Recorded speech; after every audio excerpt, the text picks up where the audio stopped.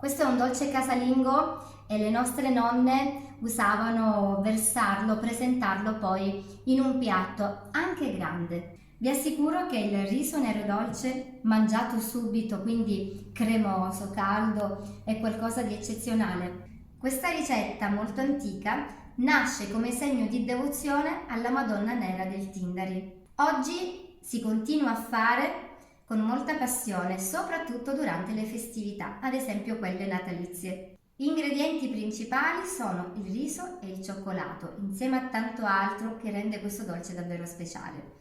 Iniziamo dal riso, io scelgo la varietà originario. Serve poi del latte che ci aiuterà con la cottura, ovviamente dello zucchero, cioccolato fondente, cacao amaro in polvere, mandorle che tra poco tosteremo e ridurremo in granella. Qualcuno però ama sostituirle con le nocciole o con le noci, dipende un po' dai gusti. Un pizzico di sale per accentuare il sapore del dolce, la scorza grattugiata di arancia che è una mia personale aggiunta molto gradita, mentre non può mancare di certo la cannella.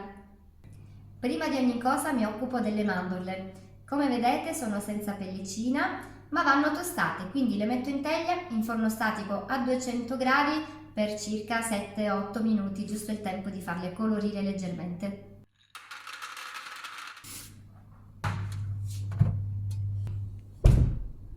E adesso facciamo scaldare il latte. Qui sfioriamo il bollore, quindi è il momento di versare il riso.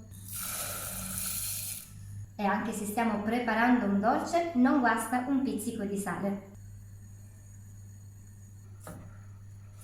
Durante i primi minuti di cottura possiamo lasciare andare a fiamma dolce tranquillamente. Poi man mano che andiamo avanti dovremo mescolare sempre più spesso per evitare che il riso si attacchi. È anche ovvio che in base alla qualità di riso che scegliamo di adoperare può cambiare la quantità di latte necessaria, quindi se vediamo che il riso non è ancora cotto ma si è asciugato troppo possiamo tranquillamente via via aggiungere a poco altro latte.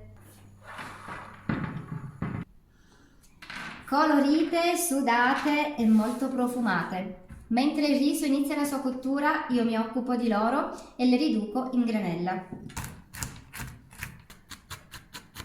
Adesso conviene mescolare di frequente e anche assaggiare, perché se ci siamo quasi con la cottura allora possiamo procedere aggiungendo gli altri ingredienti. Sì, possiamo andare avanti. Quindi aggiungiamo lo zucchero. Lo lasciamo sciogliere e poi aggiungiamo anche il cioccolato fondente. Anche il cioccolato si è sciolto, aggiungiamo il cacao amaro in polvere, setacciandolo.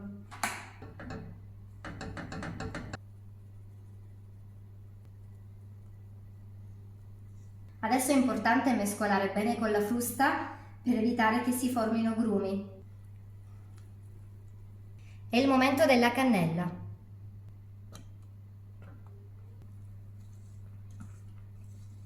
Scorza grattugiata di un'arancia biologica. Ultimo ingrediente, le mandorle.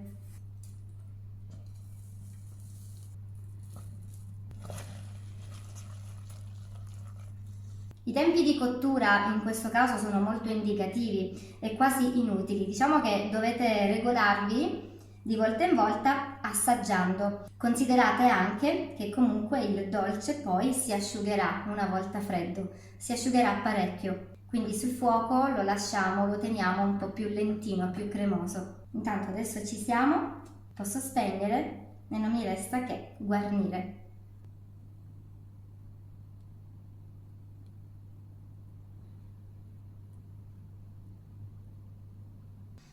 Che profumo!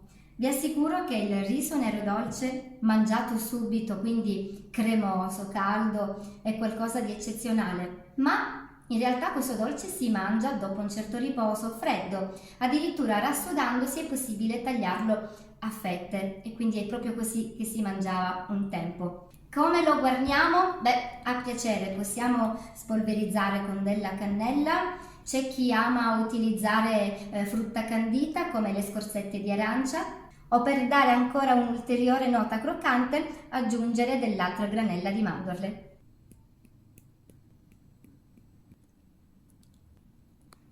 Un dolce morbido, avvolgente, ricco di cioccolato e di mandorle tostate. Vi lascio immaginare la bontà del riso nero dolce. E adesso il momento tanto atteso dell'assaggio. È ancora cremoso.